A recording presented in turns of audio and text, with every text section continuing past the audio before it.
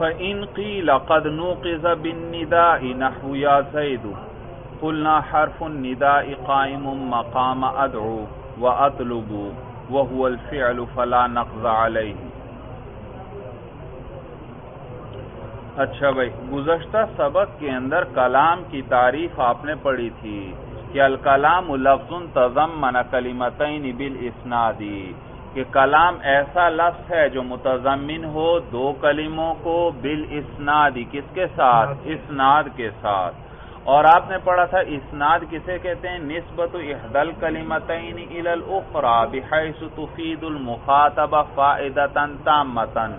اسناد یہ ہے کہ دو کلموں میں سے ایک کی نسبت کی جائے دوسرے کی طرف اس طور پر کہ مخاطب کو کیا حاصل ہو؟ پورا فائدہ۔ پورا فائدہ حاصل ہونے کا کیا معنی؟ یعنی اس کو پوری بات سمجھ میں آ جائے، کہ اس پر سکوت کرنا یعنی خاموشی کرنا صحیح ہو، یعنی اس پر اگر آپ خاموش بھی ہو جائیں اس کو بات پوری سمجھ میں آ جائے۔ اور پھر انہوں نے آپ کو بتلایا تھا کہ دو کلام میں جب دو کلمے ہیں تو دو کلموں کے ہونے کی 6 صورتیں بنتی ہیں۔ کتنی؟ 6 صورت، یا دونوں اسم ہوں، یا دونوں فعل ہوں، یا دونوں حرف ہوں، یا ایک اسم ہو ایک فعل ہو، یا ایک اسم ہو ایک حرف ہو، یا ایک فعل ہو اور ایک حرف، تو 6 صورتیں بنتی ہیں۔ اور لیکن ان 6 میں سے صرف کتنی کے اندر کلام حاصل ہوتا ہے؟ صرف 2 میں کلام حاصل ہوتا ہے، اور وہ جب دونوں اسم ہوں یا ایک اسم اور ایک فعل، صرف ان 2 صورتوں میں کلام حاصل ہوتا ہے، کیونکہ باقی صورتوں میں مسند اور مسند الیہ دونوں یا دونوں میں سے ایک ہمیں نہیں ملتا۔ بھائی صورت سمجھ میں آ گئی؟ تو وہ ہو ہی نہیں سکتا ان سے، لہذا تو ان 2 صورتوں میں کلام ہوتا ہے۔ اب اس پر کوئی اعتراض کرنے والا اعتراض اور اشکال کرتا ہے کہ آپ نے ہمیں کیا کہا کہ کلام ہمیشہ 2 اسموں سے بنے گا یا ایک اسم اور ایک فعل سے؟ ہم آپ کو دکھاتے ہیں ایک حرف اور ایک اسم سے بھی کلام حاصل ہو رہا ہے۔ آپ نے تو ہمیں کیا کہا؟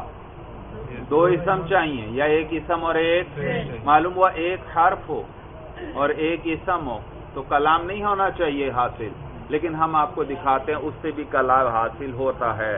مثلا آپ کہتے ہیں کسی کو ندا دیتے ہیں یا زیدو، دیکھو ہاں یہ کلام ہے، یا زیدو اے زید، یہ کیا ہے؟ کلام ہے، یہ ندا ہے، اس کو کیا کہتے ہیں؟ ندا کہتے ہیں، تو یہ کلام ہے۔ دوسرا سمجھ گیا یا نہیں سمجھ گیا کہ مجھے بلا رہا ہے، مجھے آواز دے رہا ہے؟ سمجھ گیا؟ تو یہ تو کلام ہے۔ اور یا زیدو، یا دیکھو حرف ہے، حرف ندا ہے، اور زید اسم ہے، تو ایک حرف اور ایک اسم سے کلام حاصل ہو رہا ہے۔ اشکال سمجھ میں آیا؟ آپ نے تو کیا کہا تھا کلام صرف کس سے حاصل ہوگا؟ 2 اسم یا ایک اسم اور ایک فعل۔ ہم نے آپ کو دکھا دیا کہ ایک حرف اور ایک اسم سے بھی کلام حاصل ہو رہا ہے۔ تو اس کا جواب دیں گے کہ بھئی یہ جو یا حرف ندا ہے نا، یہ قائم مقام ہے ادعو کے، یا یہ قائم مقام ہے اطلبو کے۔ تو اصل کلام یوں ہے ادعو زیدن، دعا یدعو کے معنی بلانے کے، طلب کرنے۔ ادعو میں بلا رہا ہوں، انا متکلم کا صیغہ ہے نا، میں بلا رہا ہوں زیدن، کس کو؟ زید کو۔ دیکھو بات پوری ہے۔ یا اطلب زیدن، میں زید کو طلب کر رہا ہوں، زید کو طلب کر رہا ہوں۔ تو یا کس کے قائم مقام؟ ادعو فعل کے یا اطلب فعل کے۔ اور ادعو فعل، انا ضمیر اس کے اندر فاعل، اور زیدن اس کے لیے کیا بنتا ہے؟ مفعول۔ ادعو تو فعل اپنے فاعل اور مفعول سے مل کر جملہ فعلیہ ہوا۔ اسی طرح اطلب زیدن، اطلب فعل، انا ضمیر اس کے اندر فاعل، اور زیدن کیا بنا؟ مفعول۔ تو لہذا یہ کلام حاصل ہوا پورا بھائی۔ تو جواب انہوں نے کہہ دیا کہ یا کس کے قائم مقام ہے؟ ادعو یا اطلبو کے، اور ادعو یا اطلبو کیا ہے؟ فعل ہے، اور اس کے اندر ضمیر کون سی؟ آنا، وہ کیا ہے؟ اسم ہے۔ تو کلام کس سے حاصل ہو رہا ہے؟ ایک فعل اور ایک اسم سے۔ اور وہی بات ہماری والی ہو گئی، ہم نے بھی کیا کہا تھا کلام کے لیے کم از کم کیا چاہیے؟ 2 اسم یا ایک فعل اور ایک، اور یہاں کیا آ گیا؟ ایک فعل اور ایک اسم آ گیا۔ جواب سمجھ میں آیا کہ یا حرف ندا قائم مقام ادعو یا اطلبو کے ہے اور اس کے اندر انا ضمیر ہے. تو اس پر پھر اشکال ہوا. ٹھیک ہے، ہمیں آپ کی بات ہم آپ کی مان لیتے ہیں. یا کس کے قائم مقام ہے؟ ادعو یا اطلبو. پھر تو صرف اکیلے یا سے ہی کلام حاصل ہو رہا ہے. یہ زید تو بیکار ہے. یا زیدو، یا کس کے قائم مقام؟ ادعو. اور ادعو فعل، اسی کے اندر انا ضمیر فاعل، میں طلب کر رہا ہوں، میں بلا رہا ہوں. زیدن، زید تو کیا بن رہا ہے؟ مفعول. زید کیا بن رہا ہے؟ اور یاد رکھو یہ جو مفعول ہوتا ہے نا، یہ فضلہ ہوتا ہے، زائد چیز. کیا ہوتا ہے؟ فضلہ ہوتا ہے، زائد چیز. اس کو کلام سے ختم بھی کر دیں، کلام پھر بھی پورا کلام ہے. مثلا میں کہتا ہوں مثلا اطلبو زیدن، زید کو ذرا ختم کر دو. اطلبو، میں طلب کر رہا ہوں. بات سمجھ میں آ رہی ہے یا نہیں آپ کو؟ تو مفعول تو فضلہ ہوتا ہے، زائد ہوتا ہے. توجہ ہے؟ دوبارہ سنو. یا زیدو، اس میں سے یا کو ذرا پکڑیں. یا کس کے قائم مقام؟ ادعو یا اطلبو کے. اور آگے زیدن جو ہے وہ اس کا مفعول ہے، اور مفعول کیا ہوتا ہے؟ فضلہ، زائد چیز ہوتی ہے. تو اس کو تو حذف بھی کر دیں، پھر بھی کلام پورا کلام ہے. فعل اور فاعل چاہیے تھا، وہ پورا ہے.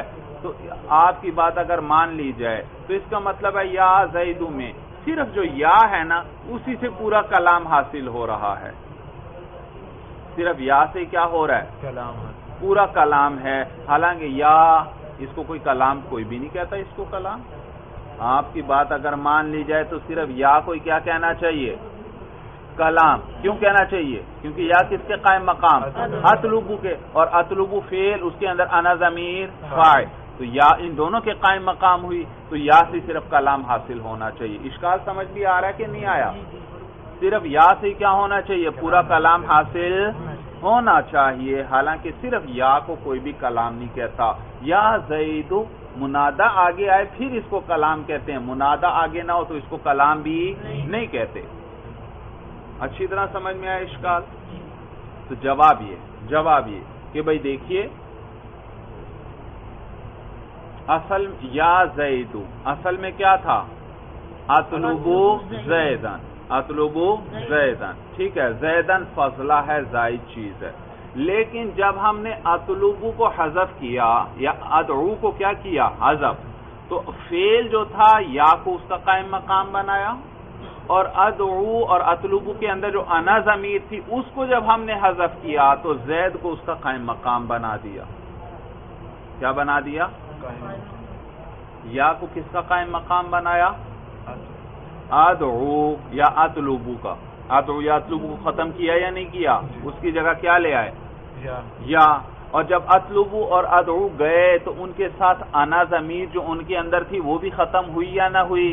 تو یہ زید کو اس کا قائم مقام بنا دیا. تو کیا بنا؟ یا زیدو. لہذا یہ پورا مل کے کلام ہے، اکیلا کلام. صرف یا اکیلی کلام نہیں ہے. بھائی اشکال سمجھ میں آیا؟ خلاصہ اشکال دوبارہ سنو، دوبارہ توجہ سے. بھائی کوئی مشکل بات نہیں، آسان سی بات ہے. اشکال یہ ہوا کہ آپ نے ہمیں کہا تھا کلام کے لیے ہمیشہ دو اسم چاہیے، یا ایک اسم اور ایک فعل چاہیے. ہم آپ کو دکھاتے ہیں ایک حرف اور ایک اسم سے کلام حاصل ہو رہا ہے. جیسے یا زیدو، یا حرف ہے اور زیدو کیا ہے؟ اسم. اور یا زیدو یہ پورا کلام ہے. اس کو ندا کہتے ہیں. کسی کو آواز دی جا رہی ہے، اس کو پکارا جا رہا ہے. تو دیکھو ایک حرف اور ایک اسم سے کلام حاصل ہو گیا. حالانکہ آپ نے تو کہا تھا ایک حرف اور ایک اسم سے کلام حاصل نہیں ہو. تو جواب دے دیا آپ کو کہ بھئی یہ یا کس کے قائم مقام ہے؟ ادعو. ادعو فعل اور انا ضمیر اس کے اندر فاعل. تو یہ کلام دیکھو ایک فعل اور ایک اسم سے حاصل ہو رہا ہے، صرف ایک حرف اور ایک اسم سے نہیں. حرف اور اسم سے نہیں ہے، بلکہ دراصل کلام کس سے حاصل ہو رہا ہے؟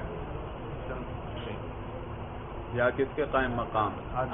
تو کلام کس سے حاصل ہوا؟ فعل اور اسم سے. فعل اور اسم سے کلام حاصل ہوا. اس پر پھر اشکال ہوا.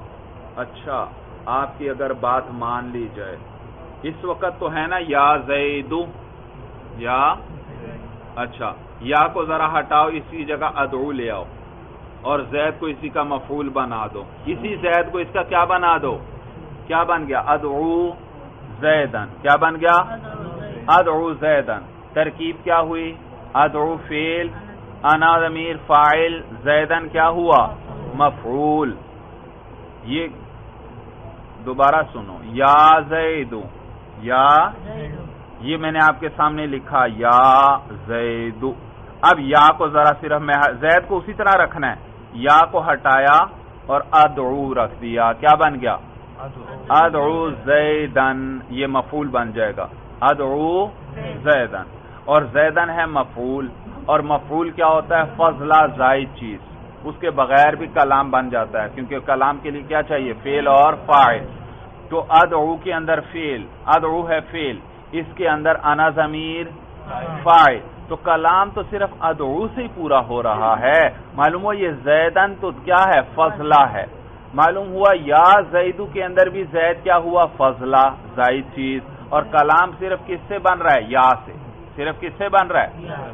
تو جواب دیا کہ نہیں بھائی، اس وقت جب ادعو زیدن تھا، کیا تھا، جب ادعو زیدن تھا اس وقت زید فضلہ تھا، زائد چیز تھی، اس کو حذف کر سکتے تھے، لیکن جب ہم نے ادعو کو ہٹا کر یا لے آئے تو یا ادعو کے قائم مقام ہوئی، اور ادعو کے جب ہم نے ہٹایا تو ساتھ انا ضمیر کو بھی چلی گئی، وہ بھی ختم ہوئی، تو اگلے زید کو ہم نے اس انا یعنی فاعل کی ضمیر کے قائم مقام کر دیا۔ لہذا اب یا زیدو کے اندر زید فضلہ نہیں ہے، بلکہ یہ کس کی طرح ہے، جیسے وہاں فاعل تھا اس کی طرح، یعنی جیسے فاعل کے بغیر کلام پورا نہیں ہوتا، یہاں یا زیدو میں بھی صرف یا سے کلام پورا نہیں ہوگا، بلکہ اس کے ساتھ کس کا جڑنا ضروری، زید کا جڑنا بھی ضروری۔ بات سمجھ میں آ گئی؟ تکرار کریں بھئی، اگر سمجھنا ہے میں پھر انشاءاللہ اس کا تکرار آپ کو کروا دوں گا جی۔ فَإِن قِيلَ، ان قیلا اس کے ذریعے اعتراض کو ذکر کیا جاتا ہے۔ فَإِن قِيلَ، اگر یہ کہا جائے قَدْ نُوقِظَ بِالنِّدَاءِ، کہ تحقیق یہ بات توڑ دی گئی ہے ندا کے ساتھ، نحو یا زید، جیسے یا زید۔ بات سمجھ میں آ رہی ہے؟ فَإِن قِيلَ، اگر یہ اعتراض کیا جائے، یہ کہا جائے قَدْ نُوقِظَ بِالنِّدَاءِ، کہ یہ بات توڑ دی گئی ہے کس کے ساتھ، ندا، کیا معنی توڑ دی گئی ہے، اس پر اشکال کیا گیا، اعتراض کیا گیا ہے۔ آپ نے ہمیں پیچھے کیا بتایا، کلام کے لیے کیا ضروری، دو اسموں کا ہونا ضروری ہے، ایک اسم اور ایک فعل کا۔ کہتے ہیں قد نوقظ بالندا، یہ بات توڑ دی گئی ہے ندا کے ساتھ، یعنی اس بات پر اعتراض کیا گیا ہے، اشکال کیا گیا ہے، کس کے ساتھ، ندا یعنی یا زیدو کے ساتھ۔ کیا یا نہیں اشکال کہ آپ نے ہمیں کہا دو اسم ہونے چاہیے، یا ایک اسم اور ایک فعل ہونا چاہیے، حالانکہ یا زیدو، اس کے ساتھ بھی کیا ہو رہا ہے، کلام پورا حاصل ہو رہا ہے۔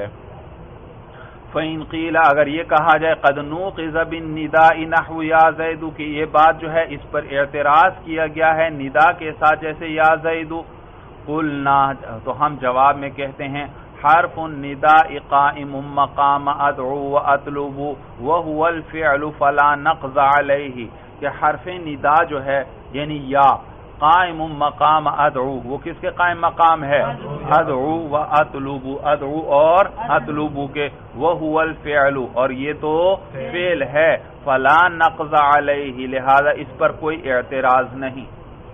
اس پر یہ اعتراض کیا گیا تھا کیا، یا زیدو کے ساتھ، تو جواب دے دیا کہ یا کس کے قائم مقام ہے، ادعو اور اطلب کے، اور وہ فعل ہے، فلا نقض علیہ، لہذا اس بات پر کوئی اعتراض نہیں۔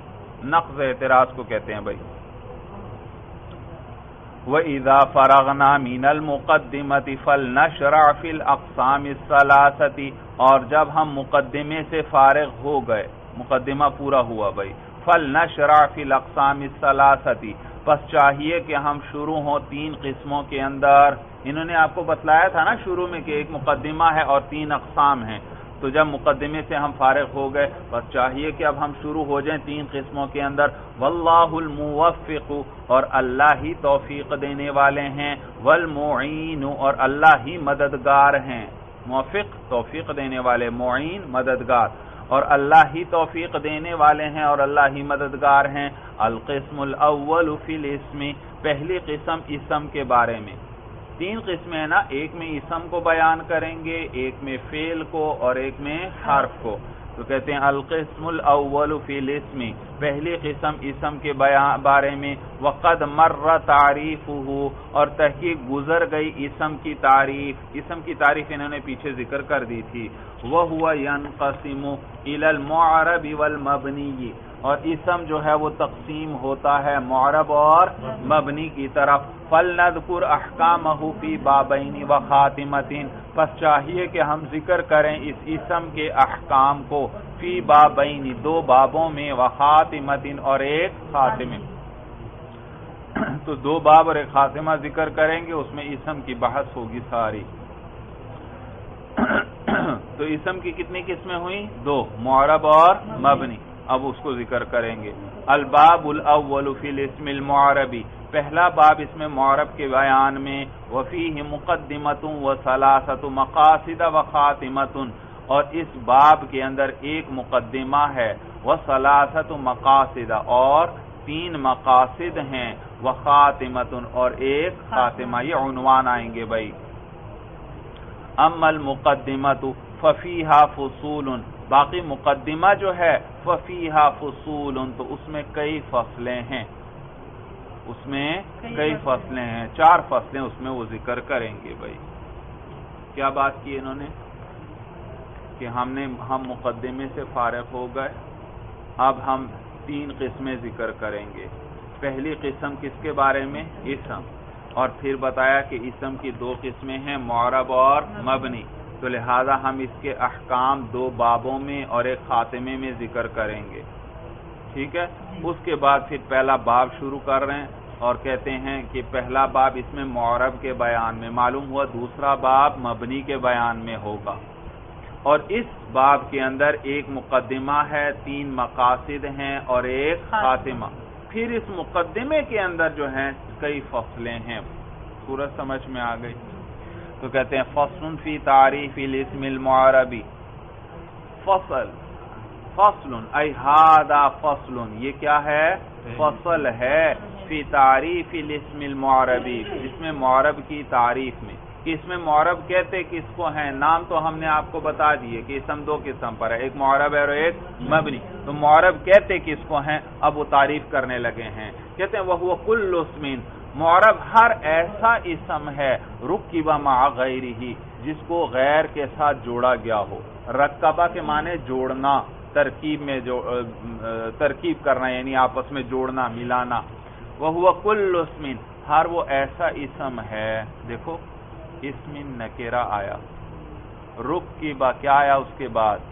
فعل. اور نکرہ کے بعد فعل آیا، وہ کیا بنتا ہے؟ اس کی صفت بنتا ہے، صفت بنتا ہے. تو کیسے ترجمہ کریں گے؟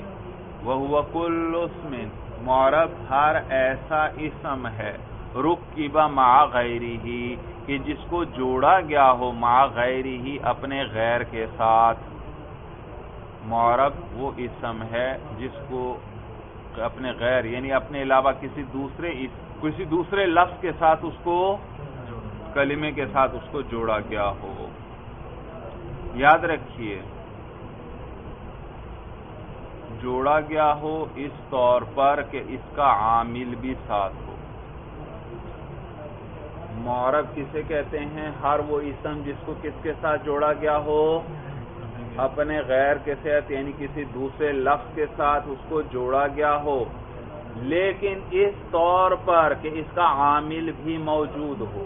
کیا ہو؟ ہاں، یہ شرط یاد رکھنا ضروری ہے، عامل بھی اس کا ساتھ موجود ہو. عامل بھی.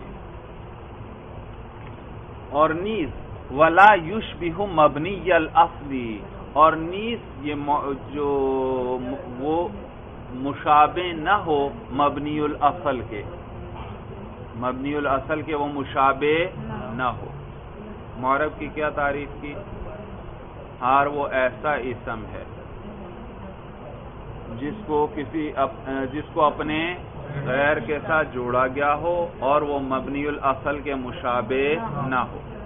مبنی الاصل کسے کہتے ہیں؟ کہتے ہیں اعنی الحرف والامر الحاضر والماضیہ، یعنی کہ حرف، امر حاضر اور ماضی۔ یاد رکھو یہ مبنی الاصل صرف یہ تین چیزیں ہیں۔ مبنی الاصل جو اصلاً ذات کے اعتبار سے ہی مبنی ہیں، وہ کتنی چیزیں ہیں؟ تین۔ ایک فعل امر ہے، اور اسی طرح امر حاضر، فعل امر حاضر ہے، تمام حروف ہیں، اور فعل ماضی ہے۔ اور کیا ہے؟ تمام حروف اور امر حاضر اور فعل ماضی، یہ تین ہیں مبنی الاصل، یعنی اپنی ذات کے اعتبار سے یہ تینوں کیا ہیں؟ مبنی ہیں۔ لہذا آپ سے کوئی پوچھ لے بھئی مبنی الاصل کتنی چیزیں ہیں، آپ جواب میں کیا کہیں گے؟ تین چیزیں۔ نمبر ایک تمام حروف، نمبر دو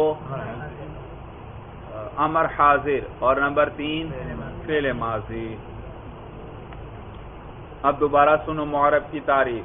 انہوں نے کہا معرب وہ ہے جس کو دوسرے کسی لفظ کے ساتھ، دوسرے کلمے کے ساتھ جوڑا گیا ہو، اور میں نے کیا بتایا؟ یہ جوڑنا کیسا ہو کہ ساتھ اس کا عامل بھی موجود ہو، جو اس میں عمل کر رہا ہے، جو اس کو رفع، نصب یا جر دے رہا ہے۔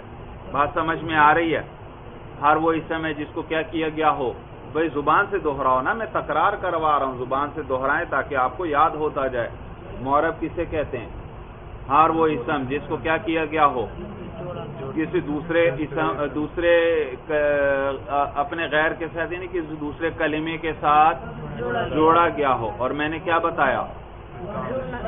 جوڑنا ایسا ہو کہ ساتھ اس کا عامل بھی موجود ہو، اور دوسری شرط کہ یہ مبنی الاصل کے مشابہ بھی نہ ہو۔ یہ جو معرب جس کو غیر کے ساتھ جوڑا گیا ہے، یہ مبنی الاصل کے مشابہ نہ ہو۔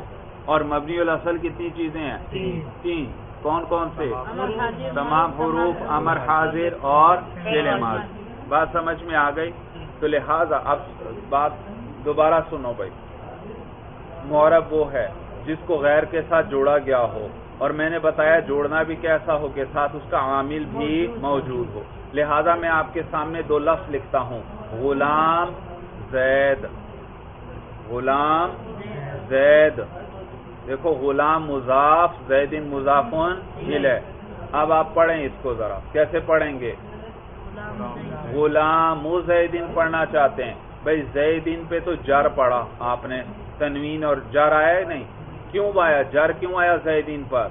کیونکہ غلام اس میں عمل کر رہا ہے، اس کا عامل موجود ہے، تو زیدین مجرور ہوا۔ تو دیکھا زیدین معرب ہے، اس کو غیر کے ساتھ جوڑا گیا ہے، اور اس کا عامل بھی موجود ہے۔ اس کو جر کون دے رہا ہے؟ غلام مضاف جر دے رہا ہے۔ صورت سمجھ میں آ گئی؟ اور یہ مبنی الاصل کے مشابہ بھی نہیں، مبنی الاصل کے مشابہ بھی نہیں، اس میں بعد میں بات کرتا ہوں کہ مشابہ ہونے کا کیا معنی ہوتا ہے۔ تو زید ایک ایسا لفظ ہے جس کو غیر کے ساتھ جوڑا گیا ہے، اور اس کے ساتھ اس کا عامل بھی موجود ہے، اور یہ مبنی الاصل کے مشابہ بھی نہیں، لہذا یہ معرب ہوا۔ اسی لیے آپ اس کو پڑھ رہے ہیں غلام زیدن، جر پڑھ رہے ہیں یا نہیں پڑھ رہے؟ اچھا، اب غلام کے لفظ پہ ذرا آتے ہیں، یہ معرب ہے یا نہیں؟ یہ جو انہوں نے تعریف کی معرب کی، اس تعریف کے انہوں نے جو معرب کی تعریف کی، اس کے مطابق غلام کا لفظ معرب نہیں، بلکہ اس وقت وہ مبنی ہے۔ جب معرب نہیں تو لازمی بات ہے کہ دو ہی تو کس میں ہے، پھر کیا ہوگا؟ مبنی۔ بھئی کس طرح؟ بھئی دیکھیے، غلام کا لفظ ٹھیک ہے زیدین کے ساتھ تو جڑا ہوا ہے، ترکیب تو ہے، جڑا ہوا ہے یا نہیں؟ ترکیب تو ہے، ترکیب کا معنی جڑا ہوا ہونا، جوڑنا، تو ترکیب تو ہے، لیکن میں نے کیا کہا تھا؟ ایسا جڑا ہوا ہو کہ ساتھ اس کا کیا ہو؟ عامل بھی ہو۔ یہاں غلام کے اندر کوئی عامل نہیں ہے۔ آپ کیا پڑھنا چاہتے ہیں؟ غلام زیدین، میم پہ پیش پڑھنا چاہتے ہیں؟ کیوں پڑھیں گے؟ پیش خود بخود آتا ہے یا کسی عامل کی وجہ سے آتا ہے؟ عامل کی وجہ سے، یا تو وہ فاعل بن رہا ہو، یا مبتدا ہو، یا خبر ہو، یا نائب فاعل ہو، اس پہ رفع آیا کرتا ہے. ہم نے پڑھا رفع خود بخود نہیں آتا، کوئی عامل ہوتا ہے اس کے لیے. آپ اس پر نصب پڑھنا چاہتے ہیں، غلام زیدن، بھائی نصب بھی نہیں پڑھ سکتے، نصب خود بخود آتا ہے. یا کوئی مفعول وغیرہ بن رہا ہو اور عامل پیچھے کوئی ہو تو پھر وہ مفعول بنتا ہے. تو مفعول بننے بغیر یعنی نصب بھی نہیں پڑھ سکتے، کیونکہ نصب کے لیے بھی کیا چاہیے؟ عامل چاہیے. آپ اس پر جر پڑھنا چاہتے ہیں، غلام زیدن، بھائی کیوں پڑھیں گے آپ جر؟ جر کے لیے عامل چاہیے یا نہیں چاہیے؟ کوئی حرف جر وغیرہ تو پیچھے کوئی ہے ہی نہیں، کوئی مضاف تو پیچھے ہے نہیں جس کی وجہ سے اس پہ جر آئے. معلوم ہوا غلام کے میم پر نہ پیش پڑھ سکتے ہیں، نہ زبر نہ زیر، یعنی نہ ضمہ نہ فتحہ اور نہ کسرہ، کیونکہ اس کا عامل نہیں ہے، ساتھ جڑا ہوا ہے. ٹھیک ہے، زید کے ساتھ جڑا ہوا ہے، تو پھر کیسے پڑھیں گے؟ اس کو ساکن اسی طرح پڑھو، غلام زیدن. غلام نہ رفع پڑھ سکتے ہیں میم پہ، نہ نصب پڑھ سکتے ہیں اور نہ جر. صورت سمجھ میں آ گئی. تو غلام میں زیدن کے اندر غلام مبنی ہے، لیکن اس میں معرب بننے کی صلاحیت ہے. اس وقت تو مبنی ہے لیکن معرب بننے کی، یعنی اگر اس کے ساتھ اس کا عامل آ گیا تو وہ پھر اس پر رفع بھی آ سکتا ہے، نصب بھی آ سکتا ہے اور جر بھی. اگر آ جائے، اگر جاء فعل آ جائے، جاء غلام زیدن، اب دیکھو میم پر پیش آ گئی یا نہیں آ گئی، اور یہ فاعل بن گیا تو دیکھا اب معرب بن گیا. پہلے کیا تھا؟ مبنی. تو معلوم ہوا غلام زیدن کے اندر اکیلا غلام لفظ جو ہے وہ مبنی ہے. ہاں البتہ اس میں معرب بننے کی صلاحیت ہے. صورت سمجھ میں آ گئی. تو معرب کی انہوں نے کیا تعریف کی، ذرا پھر دوہراؤ. معرب وہ ہے جس کو غیر کے ساتھ جوڑا گیا ہو، اور میں نے بتایا ایک شرط یاد رکھنا ساتھ، وہ کیا؟ اس کا عامل ساتھ ہو، اور دوسری شرط کیا؟ وہ مبنی الاصل کے مشابہ نہ ہو.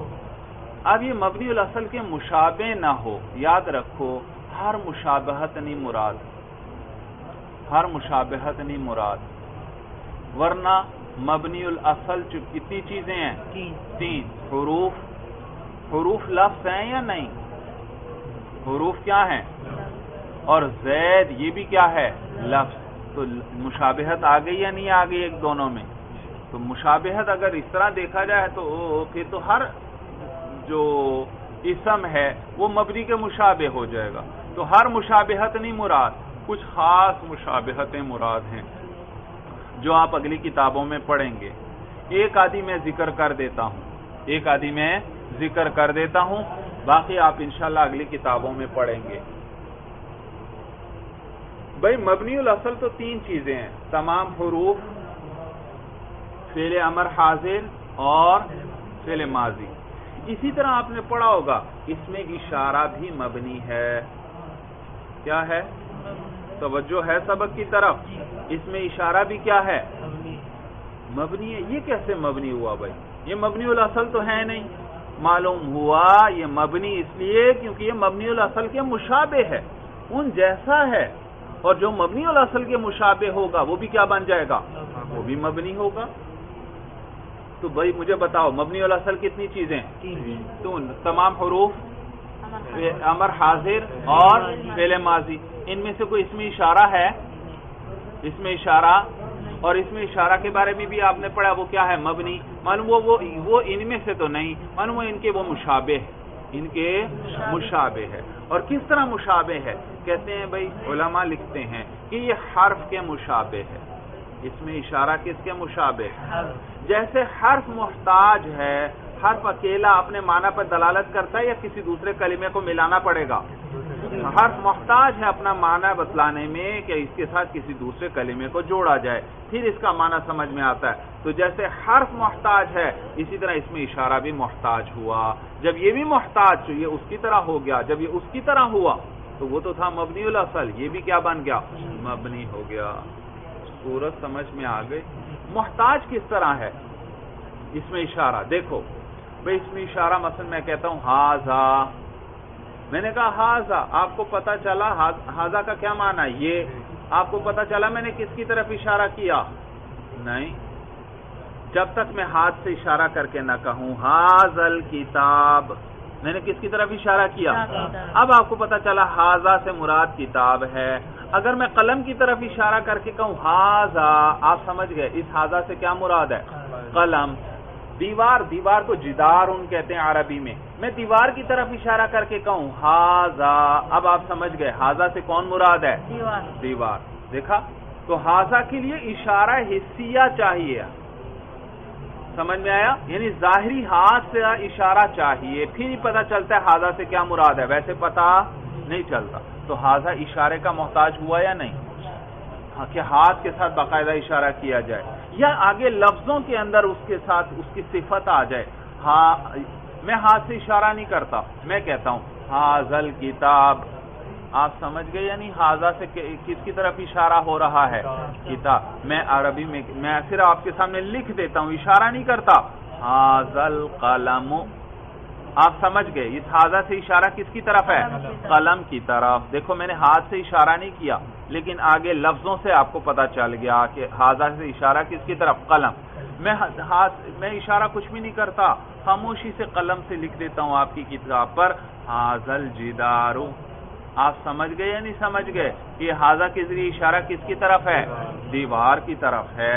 تو ہاذا محتاج ہے کہ اس کے ذریعے مشارون الیہ کا پتہ نہیں چلے گا جب تک ہاتھ سے اشارہ نہ کیا جائے، ہاتھ وغیرہ کسی طرح بھی اشارہ کر دیا جائے، کوئی حصی ظاہری اشارہ کر دیا جائے یا آگے لفظوں میں اس کی باقاعدہ صفت آ جائے، پھر ہی پتہ چلتا ہے کہ ہاذا سے کون مراد ہے، ویسے پتہ۔ تو دیکھو ہاذا محتاج ہوا یا نہیں؟ ہاذا اس میں کیا کرنا پڑے گا؟ یا تو اشارہ کرنا پڑے گا یا آگے اس کی صفت لانا پڑے گی، پھر ہی پتہ چلے گا کہ ہاذا سے کیا مراد۔ تو ہاذا محتاج ہوا، کس کی طرح ہو گیا؟ حرف بھی کیا تھا؟ اپنا معنی بتانے میں محتاج۔ ہاذا کے ذریعے بھی پتہ، ہاذا کا پتہ بھی تب چلے گا جب آگے اس کی صفت لیں یا کوئی اشارہ حصیہ ہو۔ تو یہ حرف کی طرح ہوا، اور حرف تو کیا تھے؟ مبنی الاصل، اسی لیے اس میں اشارہ بھی کیا بن گیا؟ مبنی ہو گیا۔ بات سمجھ میں آ گئی؟ تو اس طرح کی کچھ خاص مشابہتیں مراد ہیں، جیسے یہاں ہاذا وہ محتاج ہونے میں حرف کی طرح ہے۔ بات سمجھ میں آ گئی سب کو؟ تو کہتے ہیں مبنی الاصل جو ہے وہ تین چیزیں ہیں، حرف ہے، امر حاضر ہے اور ماضی ہے۔ نحو زید فی قام زید لا زید وحدہ۔ بھئی میں آپ کے سامنے ایک جملہ بولتا ہوں، ادھر دیکھو، قام زید، قام زید، اس میں زید ترکیب میں ہے یا نہیں؟ قامہ کے ساتھ جوڑا یا نہیں میں نے اس کو؟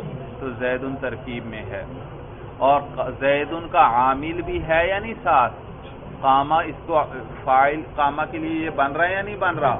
تو دیکھو زید، اس جملے پہ نظر رکھو، قام زید، قام زید، اس میں جو زید کا لفظ ہے یہ ترکیب میں بھی ہے اور اس کا عامل بھی ساتھ موجود ہے، اور نیز یہ مبنی الاصل کے مشابہ بھی نہیں، اس لیے یہ معرب ہے، اس لیے کیا ہے؟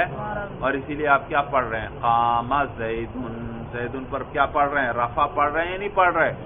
کس کی وجہ سے ہے یہ؟ قام، اس کا عامل جو موجود ہے وہ اس کو رفع دے رہا ہے، اس کے لیے فاعل ہے۔ بات سمجھ میں آ گئی؟ تو معلوم ہوا قام زید کے اندر جو زید ہے وہ کیا ہے؟ معرب ہے۔ اکیلا زید ہوتا تو پھر معرب نہ ہوتا، کیونکہ ترکیب میں ہی نہیں تھا۔ ہم نے تو کیا کہا؟ معرب کسے کہتے ہیں؟ جو کس میں واقع ہو؟ ترکیب میں۔ تو اکیلا زید ہوتا تو ترکیب میں نہ ہوتا۔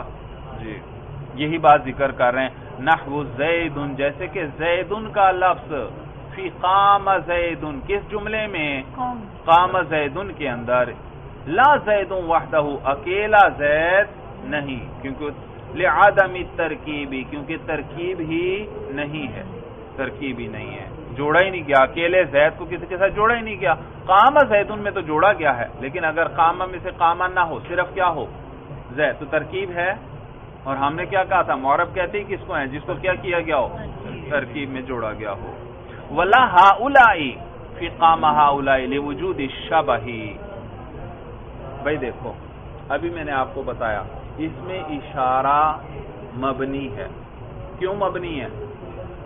کیونکہ حرف کے مشابہ یعنی محتاج ہونے میں اس کے جس طرح حرف محتاج اس میں اشارہ بھی مشار الیہ کا محتاج. تو ہؤلاء اس میں اشارہ ہے. اس کا یہ جمع کے لیے آتا ہے. یہ ہؤلاء یہ لوگ ہؤلاء. ھذا تو کیا ہے؟ مفرد.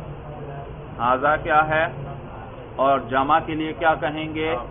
ہؤلاء. معنی سمجھ میں آ رہا ہے؟ ایک چیز ہو ایک ہو تو کیا کہیں گے؟ ایک آدمی ہو تو کہیں گے ھذا، اور بہت سارے ہو تو کیا کہیں گے؟ ہؤلاء. یہ اچھا تو ہؤلاء اس میں اشارہ ہوا. اور ابھی میں نے بیان کیا اس میں اشارہ کیا ہے؟ مبنی ہے. کیوں؟ کیونکہ حرف کے جیسے حرف اپنا معنی بتانے میں غیر کا محتاج، اسی طرح یہ اس میں اشارہ بھی مشار الیہ کا محتاج. اب میں آپ کے سامنے کہتا ہوں قام ہؤلاء یہ لوگ کھڑے ہو گئے. قام ہؤلاء یہ لوگ کھڑے ہو گئے. اب مجھے بتاؤ ہؤلاء قامہ کے ساتھ ترکیب میں آ گیا یا نہیں آ گیا؟ ترکیب میں آ گیا. پہلی شرط پوری. ہم دیکھ رہے ہیں یہ معرب ہے یا نہیں. تو ہؤلاء کیا ہے؟ اس میں اشارہ ہے. اب پورے جملے پہ نظر رکھو. قام ہؤلاء اس میں ہؤلاء اس جملے کے اندر جو ہے ترکیب میں آ رہا ہے یا نہیں آ رہا؟ ترکیب میں آ رہا ہے. پہلی شرط پوری. اور میں نے کہا تھا ترکیب بھی ایسی ہو کہ ساتھ اس کا عامل بھی ہو. تو یہاں قام عامل ہے یا نہیں؟ قام عامل ہے. ہؤلاء اس کے لیے فاعل بن رہا ہے. لیکن تیسری شرط پوری نہیں. ہم نے کیا کہا تھا کہ مبنی الاصل کے مشابہ، اور ہؤلاء تو اس میں اشارہ ہے. اور اس میں اشارہ بھی کس کے مشابہ ہے؟ مبنی الاصل کے. لہذا یہ بھی مبنی، لہذا یہ معرب نہیں بنے گا. قام ہؤلاء یہ معرب نہیں بلکہ یہ مبنی ہے. صورت سمجھ میں آ گئی؟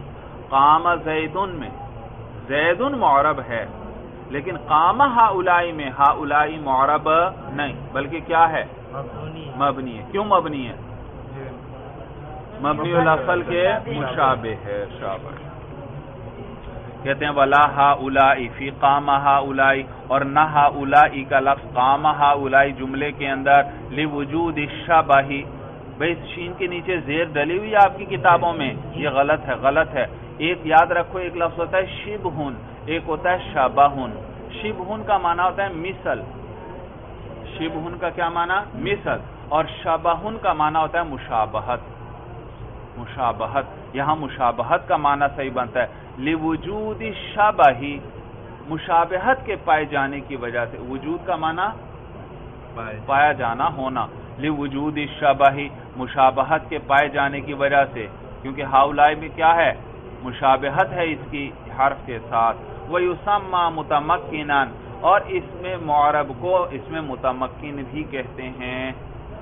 اس میں معرب کو اس میں متمکن بھی کہتے ہیں. تمکن کا معنی جگہ دینا، جگہ دینا. تو چونکہ یہ بھی کیا کرتا ہے؟ اعراب کو جگہ دے دیتا ہے، اس لیے اس کو اس میں متمکن کہتے ہیں. بات سمجھ میں آ گئی اچھی طرح؟ پورے سبق کا خلاصہ دوبارہ سن لیجئے مختصراً. بھائی آج آپ نے یہ پڑھا. آج سب سے پہلے ایک اشکال ذکر کیا انہوں نے. اشکال یہ کیا کہ آپ نے کہا تھا کہ کلام کے لیے دو اسم چاہیے یا ایک اسم اور ایک فعل. ہم آپ کو دکھاتے ہیں کہ ایک اسم اور ایک حرف سے بھی کلام حاصل ہو رہا ہے. یا زید، یا حرف اور زید اسم، اس سے کلام حاصل ہو گیا. سب کے نزدیک یہ کلام ہے، اس کو ندا کہتے ہیں. تو جواب انہوں نے دے دیا تھا کہ بھئی یہ جو یا ہے یہ قائم مقام کس کے ہے؟ ادعو یا اطلبو فعل کے ہے. تو لہذا ادعو فعل، انا ضمیر اس کے اندر فاعل. تو کلام ایک فعل اور فاعل، ایک فعل اور ایک اسم سے ہی حاصل ہو رہا ہے جیسا ہم نے کہا تھا. لہذا کوئی اشکال باقی نہ رہا، اشکال ختم ہو گیا. اس کے بعد پھر انہوں نے آپ کو بتلایا کہ اسم کی دو قسمیں ہیں، ایک معرب ہے اور ایک مبنی ہے، اور اس کا پھر معرب کا بیان شروع کر دیا اور بتلایا معرب کسے کہتے ہیں؟ وہ اسم جو کس میں واقع ہو؟ ترکیب میں، جس کو غیر کے ساتھ جوڑا گیا ہو۔ تو معرب کسے کہتے ہیں؟ وہ اسم جو کس میں واقع ہو؟ ترکیب میں، اور ایسی ترکیب کہ اس کے ساتھ اس کا عامل بھی ہو، اس اسم کا عامل بھی ہو، اور نیز وہ مبنی الاصل کے مشابہ بھی نہ ہو۔ گویا تین شرطیں ہو گئیں۔ معرب وہ ہے جس میں تین شرطیں پائی جائیں۔ پہلی شرط یہ کہ وہ ترکیب میں واقع ہو، یعنی غیر کے ساتھ جوڑا گیا ہو۔ دوسری شرط کیا؟ کہ اس کا عامل بھی اس کے ساتھ ہو، کہ تاکہ اس کی وجہ سے پھر رفع پڑھنا ہے یا نصب پڑھنا ہے یا جر پڑھنا ہے وہ بھی پتہ چلے۔ اور تیسری شرط کیا تھی؟ کہ وہ مبنی الاصل کے مشابہ بھی نہ ہو۔ جب یہ تینوں شرطیں پوری ہوں گی تو پھر وہ معرب ہوگا۔ ان میں سے اگر ایک شرط بھی کم ہو گئی تو پھر وہ معرب نہیں بلکہ مبنی ہوگا۔ جیسے دیکھیے غلام زیدن، اس میں زیدن جو ہے ترکیب میں بھی واقع ہے اور ساتھ اس کا عامل بھی ہے غلام مضاف، اس کو کیا دے رہا ہے؟ جر، اور یہ مبنی الاصل کے مشابہ بھی نہیں، لہذا یہ معرب ہوا۔ لیکن غلام کا لفظ وہاں دوسری شرط نہیں پائی جا رہی۔ غلام زیدن، غلام ترکیب میں تو ہے لیکن اس کا عامل ساتھ موجود نہیں، لہذا معلوم ہو یہ مبنی ہے۔ اسی طرح قام ہؤلائی، قام ہؤلائی میں ہؤلائی اس میں اشارہ ہے، یہ ترکیب میں بھی واقع ہے، پہلی شرط بھی پوری، اس کا عامل بھی ساتھ موجود ہے قام، دوسری شرط بھی پوری، لیکن تیسری شرط پوری نہیں ہے یہاں پر۔ ہؤلائی کے مشابہ، ہم نے تو کہا تھا مبنی الاصل کے مشابہ نہ ہو، اور ہؤلائی تو اس میں اشارہ ہے، اور اس میں اشارہ کس کے مشابہ؟ مبنی الاصل یعنی حروف کے مشابہ ہے۔ اور کس طرح مشابہ ہے؟ جس طرح حرف اپنا معنی بتانے میں غیر کا محتاج، اسی طرح اس میں اشارہ بھی اپنا معنی بتانے میں کس کا محتاج؟ مشار الیہ کا۔ جب تک اس کے یعنی اس کے لیے کس چیز کی طرف اشارہ ہو رہا ہے یہ پتہ نہیں چلے گا جب تک مشار الیہ کی طرف باقاعدہ حصی اشارہ نہ کر دیا جائے ہاتھوں وغیرہ سے، یا لفظوں میں اس کو ذکر نہ کر دیا جائے، اس کا پتہ نہیں چلے گا۔ بات سمجھ میں آ۔ اور معرب کا دوسرا نام کیا ہے اس میں؟ متمکن۔ اور مبنی الاصل کتنی چیزیں ہیں؟ تین چیزیں ہیں، ایک تمام حروف ہیں اور امر حاضر اور فعل ماضی۔ چلیے بس بہذا هو المرام، اللہ اعلم بحقیقت الکلام۔